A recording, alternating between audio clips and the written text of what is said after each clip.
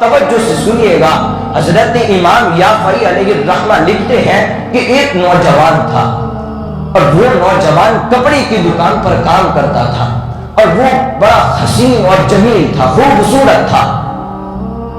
ایک عورت کپڑا لینے کے لیے آئی تو اس عورت نے جب وہ نوجوان کو دیکھا تو اس پر فدا ہو گئی، اس پر فریفتہ ہو گئی۔ اس عورت نے ضرورت سے زیادہ کپڑا لیا اور اس کو گٹھری میں باندھا اور مالی کے دکان سے کہا کہ سامان زیادہ ہے، میں اٹھا نہیں پاؤں گی، مہربانی ہوگی اس نوجوان کو میرے ساتھ میرے گھر تک بھیج دو۔ تو وہ دکان کا مالک عورت کی نیت کو سمجھ نہ سکا، اس نے اس نوجوان کو اس عورت کے ساتھ بھیج دیا۔ جیسے ہی وہ گھر میں گئے تو اس عورت نے دروازہ بند کر دیا، دروازہ بند کرنے کے بعد اپنے کپڑے اتار دیے، وہ بے حیا اور بے شرم ہو گئی، اپنے کپڑے بھی اتار دیے اور اس نوجوان کو گناہ کی دعوت دی۔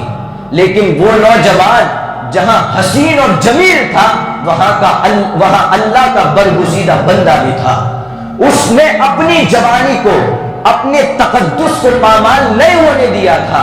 دیکھے، یاد رکھے، جوانی وہ نہیں جو ہمیں کھیل کود کے اندر مصروف کر دے، بلکہ جوانی وہ ہے جو ہمیں منزل مقصود تک پہنچا دے۔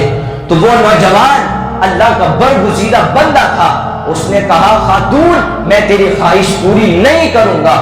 اس عورت نے اپنے جذبات میں طرح طرح کے ہیلے آزمائے، طرح طرح کے طریقے آزمائے، لیکن وہ نوجوان نے گناہ نہیں کیا۔ اس نوجوان کے دل میں خیال آیا کہ یہ خاتون ماننے والی نہیں ہے۔ اس نوجوان کے دماغ میں ایک طریقہ سوجا، اس عورت سے کہا نوجوان نے کہ تھوڑی دیر رکو، میں واش روم ہو کر کے آتا ہوں۔ تو وہ نوجوان واش روم میں گیا اور پاخانہ کیا اور اسی پاخانے کو اپنے بدن پر مل لیا، اسی پاخانے کو اپنے چہرے پر اور اپنے بدن پر مل لیا۔ جیسے کہ واش روم سے باہر آیا تو اس خاتون کا چرایا ہوا جو اس کو جذبہ تھا وہ سارا نشہ اس کا اتر گیا۔